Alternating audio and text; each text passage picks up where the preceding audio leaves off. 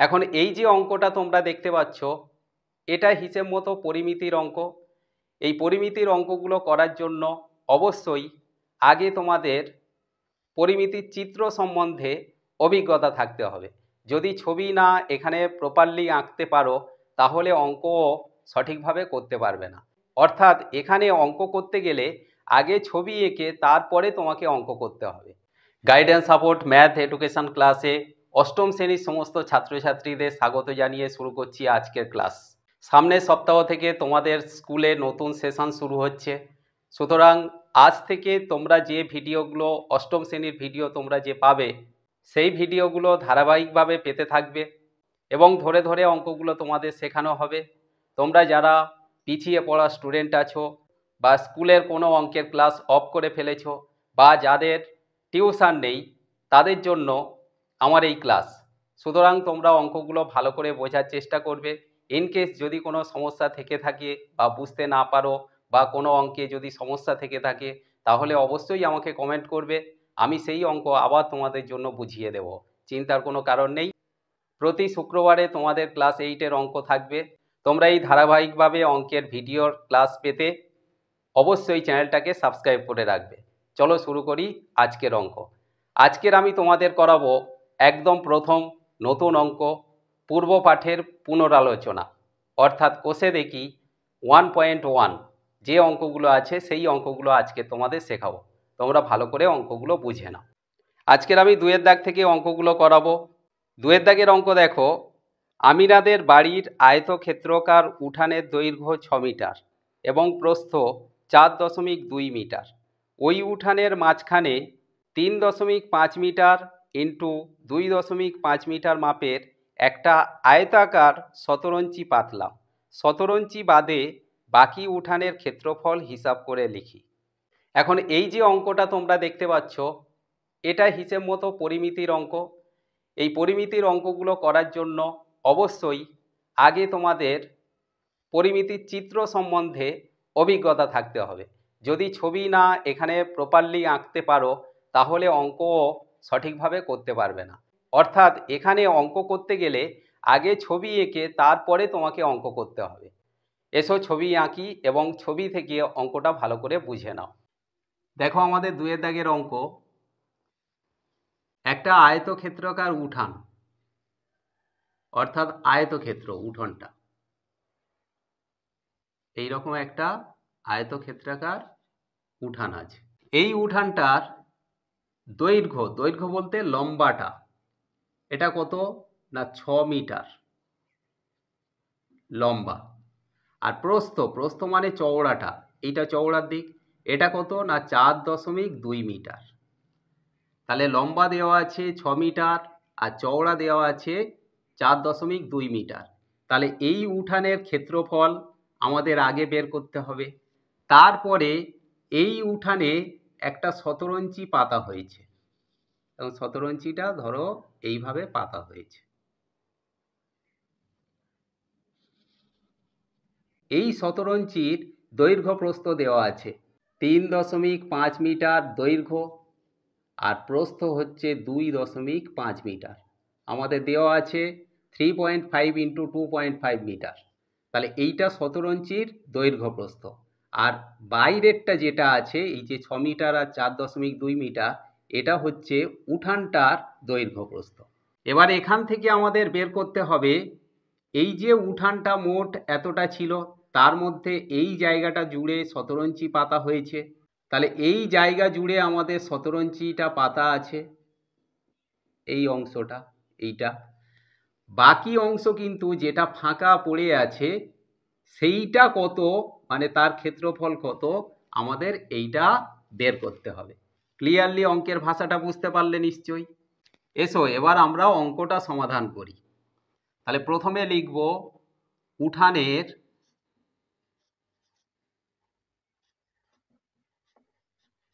দৈর্ঘ্য কত না 6 মিটার। লেখা অঙ্ক, সুতরাং অবশ্যই লিখে লিখে আমাদের অঙ্কগুলো করতে হবে। আর প্রস্থ আছে কত না 4.2 মিটার। তাহলে আমরা লিখলাম দৈর্ঘ্য 6 মিটার, প্রস্থ 4.2 মিটার। তাহলে দৈর্ঘ্য প্রস্থ আমরা অঙ্কের মধ্যে পেয়ে গেছি। এবার লিখব উঠানের ক্ষেত্রফল।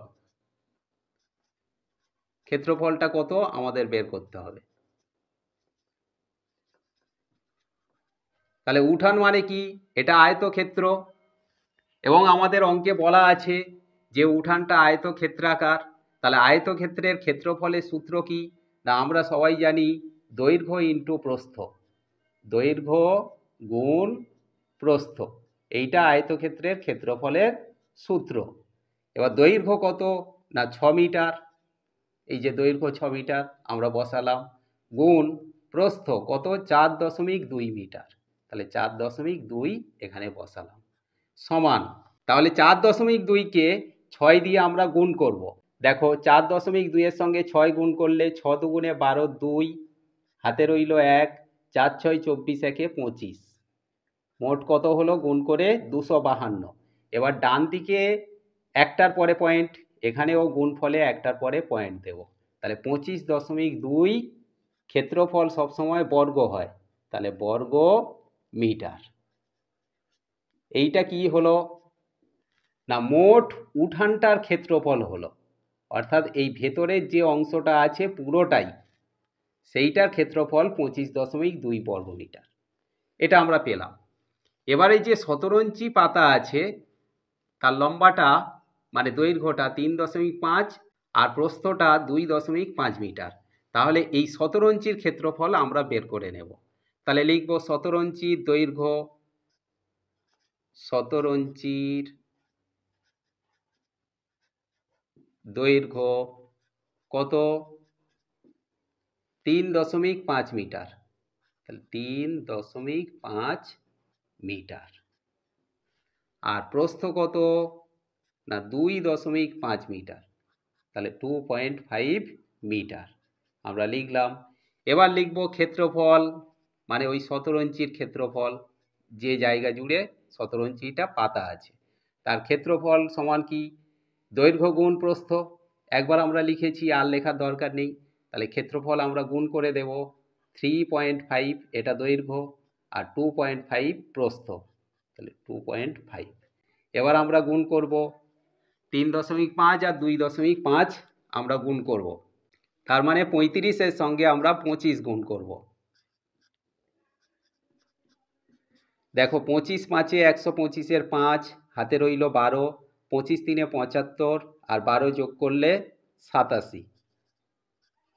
এবারে দেখো এখানে একটার পরে পয়েন্ট, এখানে একটার পরে পয়েন্ট, তাহলে মোট দুটোর পরে পয়েন্ট, তাহলে এই যে দুটোর পরে এখানে আমরা পয়েন্ট দেবো। 8.75 এটা গুণ করলে কত হবে? 8.75। ক্ষেত্রফল বর্গ হয়, তাহলে বর্গ মিটার। এইটা 17 ইঞ্চির ক্ষেত্রফল, অর্থাৎ 17 ইঞ্চিটা কতটা জায়গা জুড়ে আছে আমরা এখানে পেয়ে গেলাম। আর মোট উঠানটা ছিল এইটা। এবার তাহলে আমরা যদি এটা থেকে এটা বিয়োগ করে দিই, তাহলে বাকি অংশের মানে উঠানটা যে বাকি অংশ পড়ে আছে সেইটার ক্ষেত্রফল আমরা পেয়ে যাব।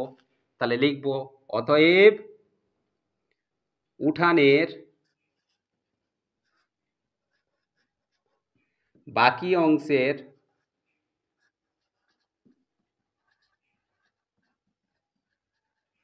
ক্ষেত্রফল কত? না 25.2, এখানে নিচে লিখলে হবে 25.2 মাইনাস 17 ইঞ্চি পাতা আছে 8.75, তাহলে এইটা বিয়োগ করে দেবো। তাহলে আমরা কিভাবে বসাবো? 25.2 আর 8.75, দেখো এখানে শূন্য নেওয়া যায়, এবার মাইনাস হচ্ছে, তাহলে 5 আছে 10, 5 এখানে থাকলো 1, 8 আছে 12, 4 পয়েন্টে সোজা পয়েন্ট, এর 1 9, 9 আছে 15, 6 আর এর 1 16.45। তাহলে এইটা বিয়োগ করলে কত হয়? না 16.45 কি বর্গ মিটার। এইটা হলো আমাদের 2 দাগের অঙ্কের সিস্টেম। ক্লিয়ারলি অঙ্কটা বুঝতে পারলে? ইন কেস যদি কোনো সমস্যা থেকে থাকে তাহলে অবশ্যই আমাকে কমেন্ট করে জানাবে, আমি এই অঙ্ক আবার তোমাদের বুঝিয়ে দেব। চিন্তার কোনো কারণ নেই, অঙ্কগুলো ভালো করে বুঝে তারপরে কনস্ট্যান্ট প্র্যাকটিস করতে থাকো। কারণ অঙ্ক কোনো মুখস্থ করার সাবজেক্ট নয়, অঙ্কের সিস্টেমকে জানতে হয়, অঙ্ককে ভালো করে বুঝতে হয়, আর অঙ্ককে বেশি বেশি করে প্র্যাকটিস করতে হয়। যত তুমি প্র্যাকটিস করবে ততই অঙ্কে তুমি ডেভেলপ করবে এবং অঙ্কে ভালো নাম্বার তুলতে পারবে। চলো এখন আমরা পরের অঙ্কে চলে যাই। এখানে 3 দাগের অঙ্ক দেখো, অজন্তা হাউসিং কমপ্লেক্সের বর্গক্ষেত্রের পার্কের বাইরের চারিদিকে 3 মিটার চওড়া একটি রাস্তা আছে। রাস্তা সমেত পার্কের পরিসীমা 484 মিটার হলে রাস্তাটির ক্ষেত্রফল হিসাব করি। তাহলে অঙ্কটাকে এখন আমাদের বুঝে নিতে হবে এবং অবশ্যই ছবি এঁকে আমাদের অঙ্কটা বুঝতে হবে। তাহলে 3 দাগের অঙ্ক আমাদের দেখো, একটা বর্গক্ষেত্রাকার পার্ক, বর্গক্ষেত্র মানে সব বাহু সমান, 4টে বাহু সমান, এইটা তাহলে বর্গক্ষেত্রাকার পার্ক হলো। এই পার্কের বাইরে চারিদিকে এইভাবে 3 মিটার চওড়া রাস্তা আছে, চারিদিকেই রাস্তাটা আছে। তাহলে এইভাবে রাস্তাটা আমাদের এই পার্কের বাইরের দিকে আছে।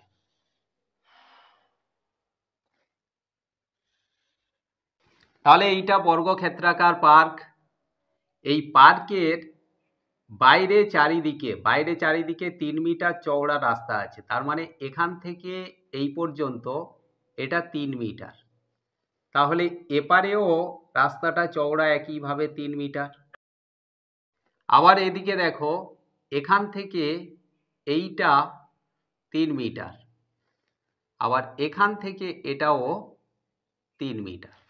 তাহলে 3 মিটার চওড়া রাস্তা এই পার্কের বাইরে চারিদিকে আছে।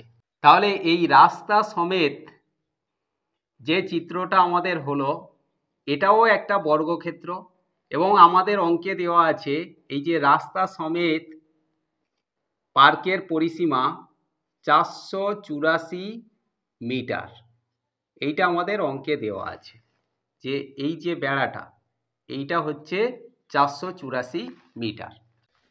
তাহলে এটা হলো পরিসীমা, পরিসীমা মানে বেড়া বা বাইরের চারিদিকের যে অংশটা। এবার আমরা অঙ্কটাকে ক্যালকুলেট করব।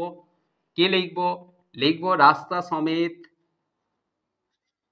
যেটা আমাদের দেওয়া আছে, রাস্তা সমেত বর্গাকার, এই বর্গাকার কথাটা লিখতে হবে, বর্গাকার পার্কের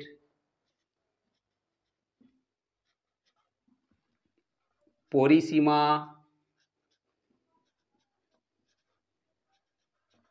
কত? 484 মিটার।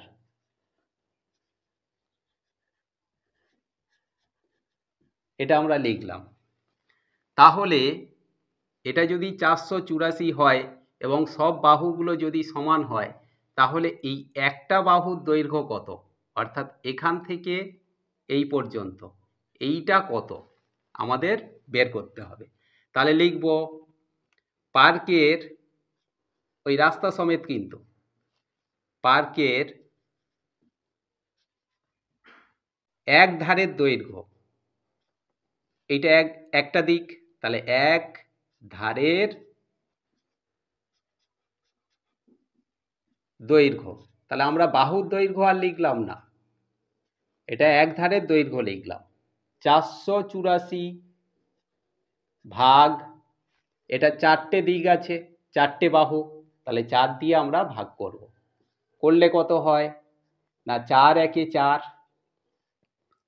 4 দুগুণে 8 আর 4 একে 4, 121 মিটার একটা ধারের দৈর্ঘ্য। তাহলে এটাও 121 মিটার, এটা 121 মিটার, এটা 121 মিটার, আবার এটা 121 মিটার। এই 4টে যদি আমরা যোগ করি তাহলে 484 মিটার হবে। ক্লিয়ারলি বুঝতে পারলে? এবার লিখব রাস্তা বাদে, এগুলো যা ধরা হয়েছে রাস্তা সহ ধরা হয়েছে, রাস্তা সমেত, এখন লিখব রাস্তা বাদে পার্কের এক ধারের দৈর্ঘ্য।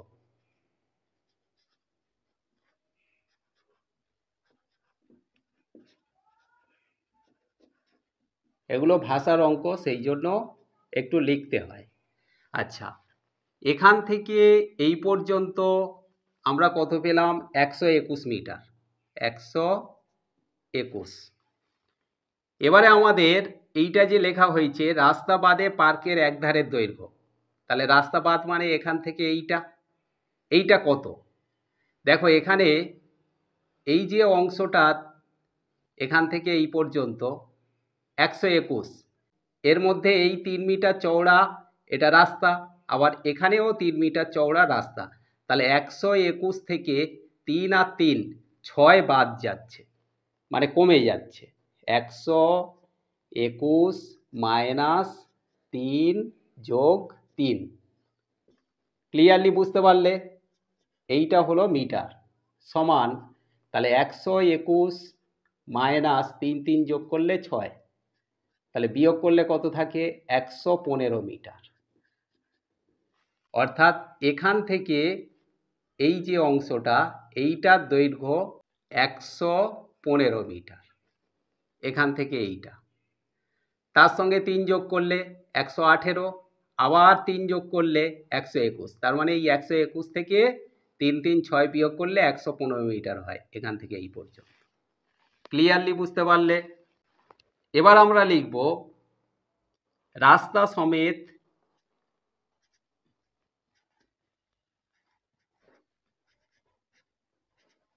পার্কের ক্ষেত্রফল।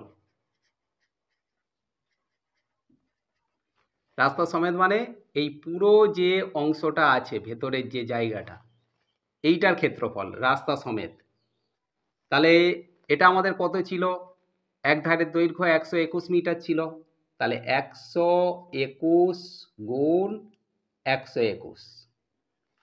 কেন না? বর্গক্ষেত্রের ক্ষেত্রফলের সূত্র হচ্ছে বাহু গুণ বাহু, তাহলে 121 গুণ 121। আচ্ছা ঠিক আছে, আমি তোমাদের সূত্রটা লিখে দিচ্ছি।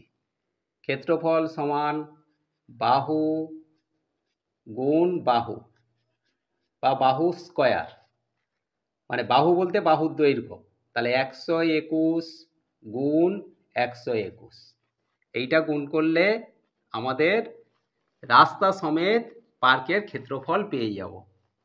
তাহলে 121কে 121 দিয়ে গুণ করলে কত হয়? 1 2 1, 2 দিয়ে গুণ করলে 2 4 2, আর 1 2 1, তাহলে 1 4 6 4 1। তাহলে এটা কত হলো? 14,641। এটা গুণ করলে 14,641 বর্গ মিটার। ক্ষেত্রফল সবসময় বর্গ হয়। এবার লিখব রাস্তা বাদে পার্কের ক্ষেত্রফল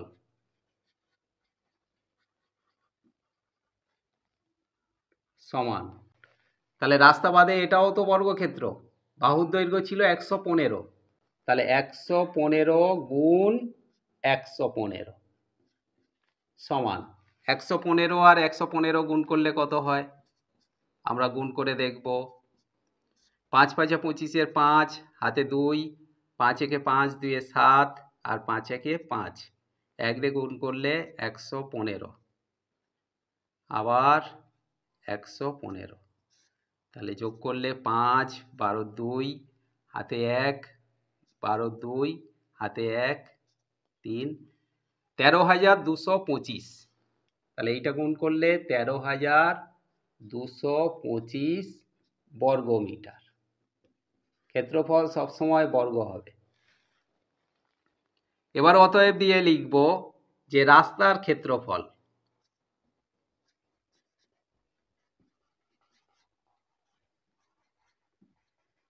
কত?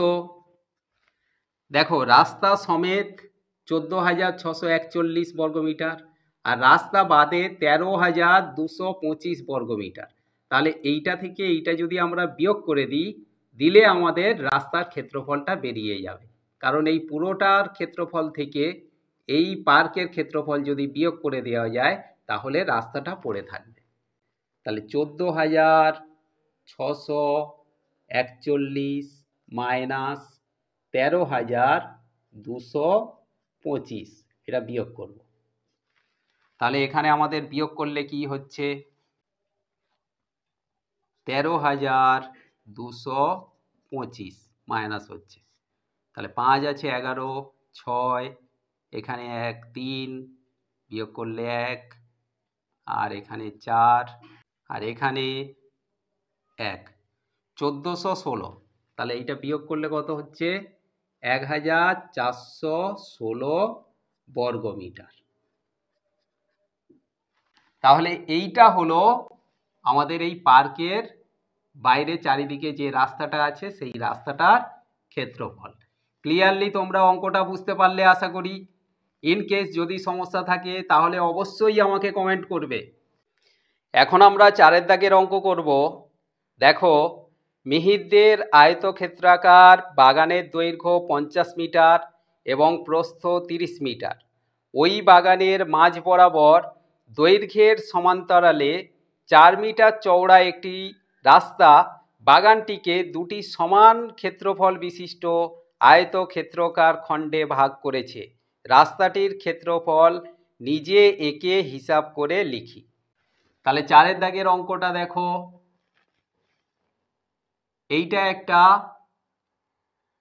আয়তক্ষেত্রাকার বাগান।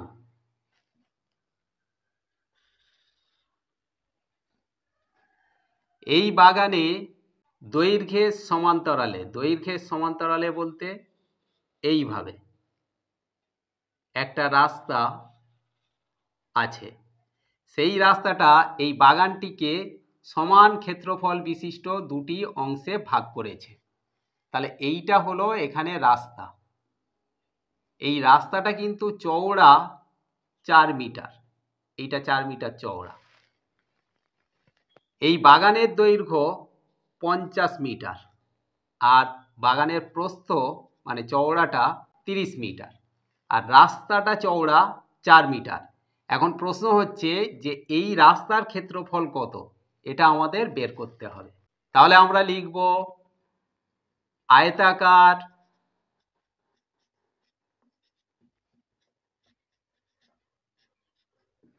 বাগানের দৈর্ঘ্য কত? 50 মিটার। তাহলে আমরা 50 মিটার দৈর্ঘ্য লিখলাম। আর প্রস্থ কত, মানে চওড়াটা, বাগানটা চওড়া কত? 30 মিটার। তাহলে লিখব 30 মিটার। এইটা হয়ে গেল। এবারে আমরা লিখব যে রাস্তার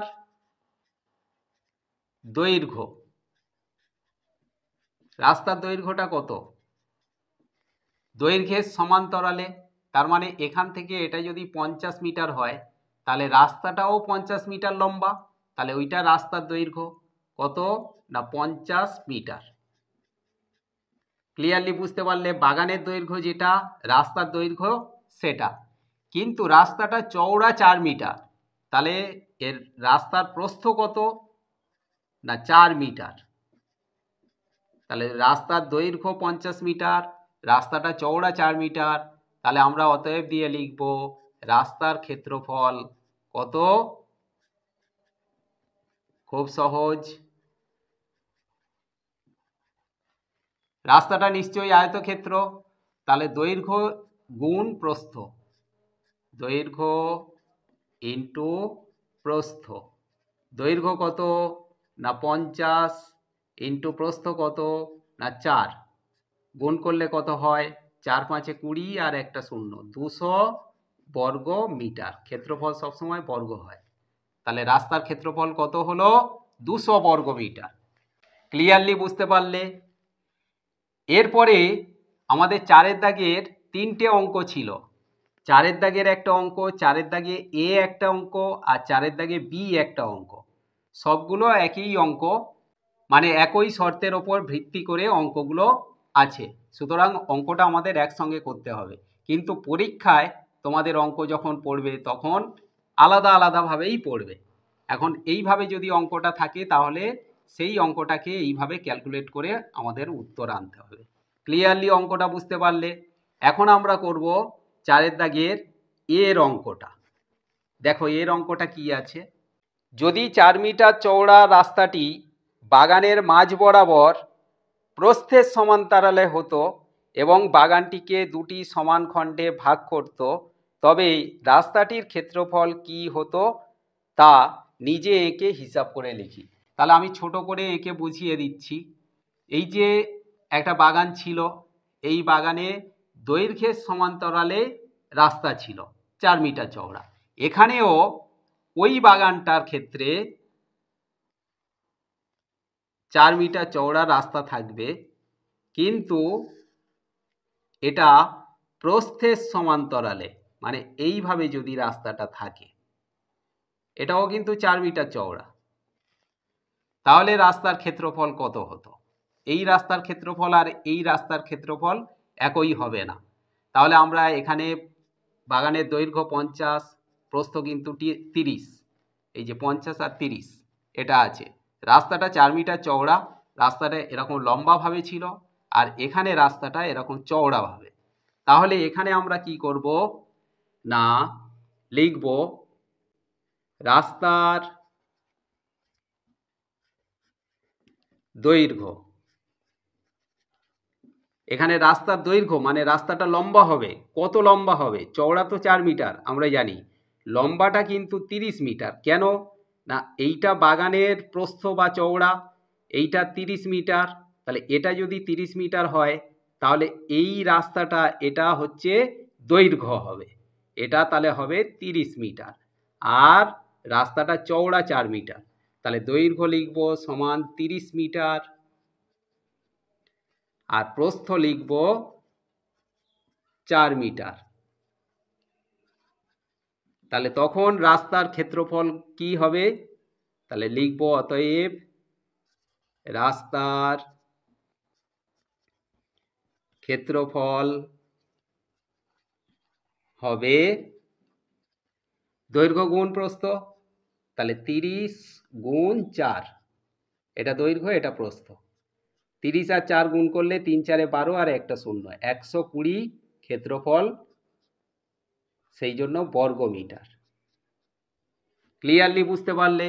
এটা হলো চারের দাগের এর অঙ্কটা, মানে চারের দাগেরই অঙ্ক, কিন্তু চারের দাগে এ, যে রাস্তাটা লম্বার দিকে যদি না হতো, চওড়ার দিকে হতো, তাহলে রাস্তার ক্ষেত্রফল কত হতো না 120 বর্গ মিটার, কিন্তু লম্বার দিকে হলে তখন হতো 200 বর্গ মিটার।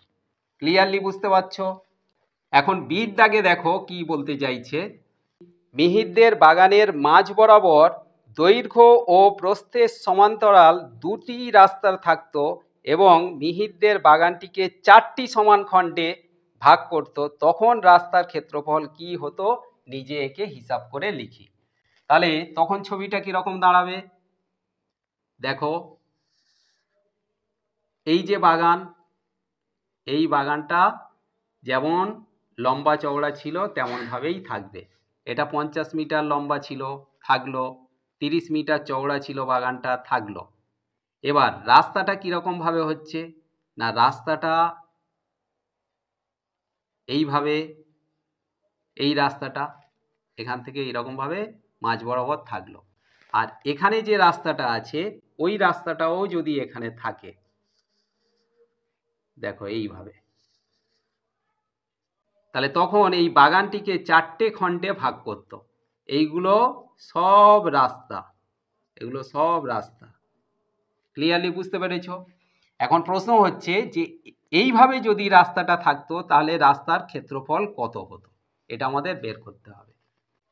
তাহলে এখানে আমরা কিভাবে বের করব, যেহেতু একসঙ্গে আমরা অঙ্ক করছি সেই জন্য লিখব আমাদের এই লম্বার রাস্তাটার ক্ষেত্রফল কত বের হয়েছে 200, তার মানে এই রাস্তাটার ক্ষেত্রফল 200 হবে। তাহলে এটা লিখব দৈর্ঘ্যের দিকে রাস্তার ক্ষেত্রফল, রাস্তার ক্ষেত্রফল কত? 200 বর্গমিটার। এই রাস্তাটা লম্বার দিকের রাস্তা, তার ক্ষেত্রফল কত বের হয়েছে? 200 বর্গমিটার। আর চওড়ার দিকে বা প্রস্থের দিকে রাস্তার ক্ষেত্রফলটা কত বের হয়েছে? 120 বর্গমিটার। তাহলে লিখব প্রস্থের দিকে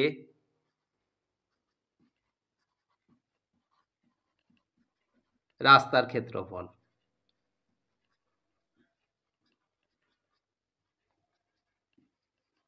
120 বর্গমিটার। তাহলে আমরা লিখলাম, তাহলে দুটো রাস্তার ক্ষেত্রফল আমরা লিখলাম। এখন স্বাভাবিকভাবেই এই দুটো রাস্তার দৈর্ঘ্য যোগ করে দিলেই মোট রাস্তাটার ক্ষেত্রফল বেরিয়ে যাবে সিস্টেম মাফিক। তাহলে আমরা সেটা লিখব যে রাস্তার মোট ক্ষেত্রফল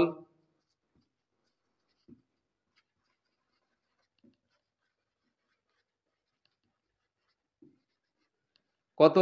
এখানে 200 প্লাস এখানে কত? 120, অর্থাৎ লম্বার দিকে আমাদের 200 বর্গমিটার আর চওড়ার দিকে কত না 120 বর্গমিটার। তাহলে এই দুটো যোগ করলে মোট রাস্তার ক্ষেত্রফল বেরিয়ে যাবে। এটা স্বাভাবিক সিস্টেম, কিন্তু এখানে একটা সমস্যা আছে। কি সমস্যা আছে ভালো করে বুঝে নাও, এটাই হচ্ছে অঙ্কের মেন পোর্শন। সুতরাং এইটা তোমাদের বুঝতে হবে। এই দিক থেকে যখন আমরা রাস্তাটা ধরছি, এই অংশটাকে ভালো করে লক্ষ্য করো। এই যে জায়গাটা, এই জায়গাটা আমরা ধরে নিচ্ছি এই রাস্তার ক্ষেত্রে। আবার যখন এই রাস্তাটা ধরছি তখন এই অংশটা ফের আমরা ধরে নিচ্ছি। তার মানে একই জায়গা আমরা দুদিক থেকে দুবার ধরে নিয়েছি। এর মধ্যে এই সমস্যাটা কিন্তু আছে। তাহলে এখানে এই রাস্তাটা চওড়া কত ছিল? 4 মিটার, এইটা চওড়া। আবার এই রাস্তার ক্ষেত্রে এইটা চওড়া কত? এটাও 4 মিটার। তাহলে আমরা দেখতে পাচ্ছি যে এর বাহুগুলোর দৈর্ঘ্য সব 4 মিটার 4 মিটার করে হচ্ছে, অর্থাৎ এটা একটা বর্গক্ষেত্র হয়ে যাচ্ছে। কিন্তু সেই জন্য বর্গক্ষেত্রের ক্ষেত্রফল সমান বাহু গুণ বাহু বা বাহু স্কোয়ার। তাহলে 4 স্কোয়ার বা 4 গুণ 4, 4 4 16, এই যে বর্গমিটার এইটা আমাদের এখানে বেশি ধরা আছে। তাহলে সেইটাকে আমাদের মাইনাস করে দিতে হবে। কি না 4 গুণ 4। কেন 4 গুণ 4 মাইনাস হলো ক্লিয়ারলি বুঝতে পারলে তো? তাহলে এবার লিখব বর্গ মিটার সমান, এটা যোগ করলে কত হচ্ছে? 200 আর 120 যোগ করলে 320 মাইনাস 4 4 16। এবার 320 থেকে 16 বিয়োগ করলে কত থাকে না 304 বর্গ মিটার। এইটা হলো এই 4-এর দাগের বি অঙ্কের রাস্তার ক্ষেত্রফলের উত্তর। ক্লিয়ারলি তোমরা অঙ্কটা বুঝতে পারলে তো? আশা করি অঙ্কগুলো সবাই ক্লিয়ারলি বুঝতে পেরেছো। ইন কেস তোমাদের যদি কোনো সমস্যা থেকে থাকে তাহলে অবশ্যই আমাকে কমেন্টে জানাবে, আমি তোমাদের আবার এই অঙ্কগুলো বুঝিয়ে দেব। চিন্তার কোনো কারণ নেই, ভালো করে অঙ্ক প্র্যাকটিস করো। সবাই ভালো থেকো, সুস্থ থেকো। আর দেখা হচ্ছে পরবর্তী ক্লাসে। পরের শুক্রবার তোমাদের ক্লাস আছে, এর পরের যে অঙ্কগুলো আছে সেই অঙ্কগুলো তোমাদের শেখাবো।